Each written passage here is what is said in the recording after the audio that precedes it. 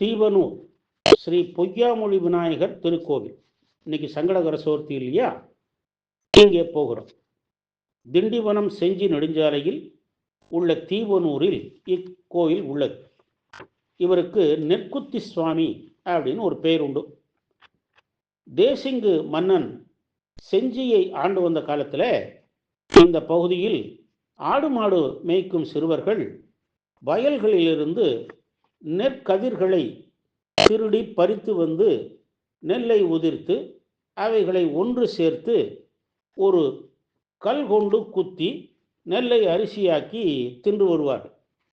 ஒரு நாள் சிறுவர்கள் நெல் குத்த கல் தேடிய போது யானை தலை போல் தோற்றமுடைய 5 அங்குல நீளத்தில் கல் ஒன்று கிடைத்தது. அந்த கல்லால் நெல் குத்த முடியவில்லை. இதனால் அந்த கல்லை நெற்குவியலின் மீது வைத்துவிட்டு வேறு கல்லை தேடி போனார்கள். வேறு கல் கிடைக்கவில்லை.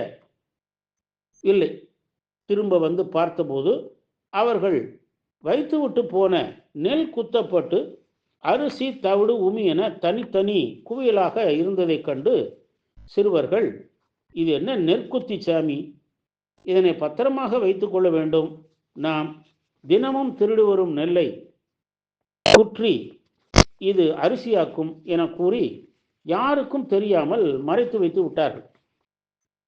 மறுநாள் வந்து பார்த்தபோது அந்த கல்லை காணவில்லை. அதனை தேடி சிறுவர்கள் களைத்து போயினார்கள். தண்ணீர் கொடுக்க குளத்தில் இறங்கிய போது ஒரு நீர்க்குமிழிகள் வந்த இடத்தில் மூழ்கி பார்த்தபோது அந்த கல் கிடைத்தது.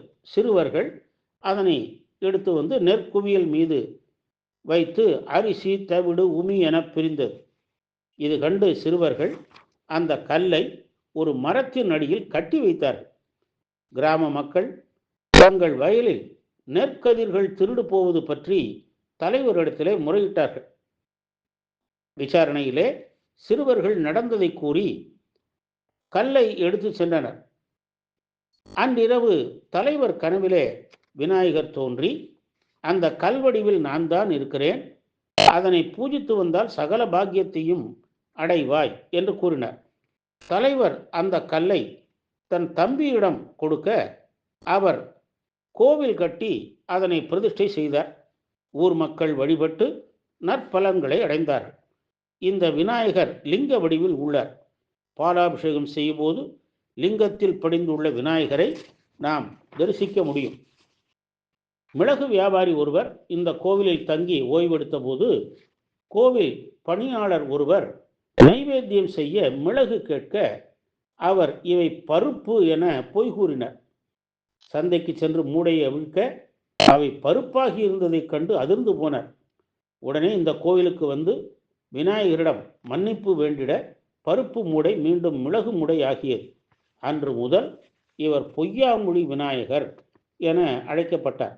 கோவிலின் பின்புறம் விழுதில்லா 3 ஆலமரங்கள் உள்ளன. இவற்றை பிரம்மா, சிவன், விஷ்ணு என்கே வழிபடுகிறார்கள். இவற்றை வழிபட்டால் மகப்பேறு கிட்டிடும். விநாயகர் சதுர்த்தி, சங்கடகர சதுர்த்தி போன்றவை இங்கு விழா நாட்கள். திருமணப்பேறு, மகப்பேறு, கல்வி வளம் வேண்டி இங்கு வழிபடுகிறார்கள். விநாயகருக்கு பாலபிஷேகம் செய்து வஸ்திரம் சாற்றி அர்ச்சித்து வழிபட்டு நேர்த்திக்கடன் செலுத்துகிறார்கள். தீவினைகள் போக்கி நற்பேறுகளை அருளும் தீவனூர் ஸ்ரீ பொய்யாமொழி விநாயகரை வழிபட்டு நல்லருள் பெறுவோமாக. ஓம் ஸ்ரீ கம் கணபதியே நமஹா.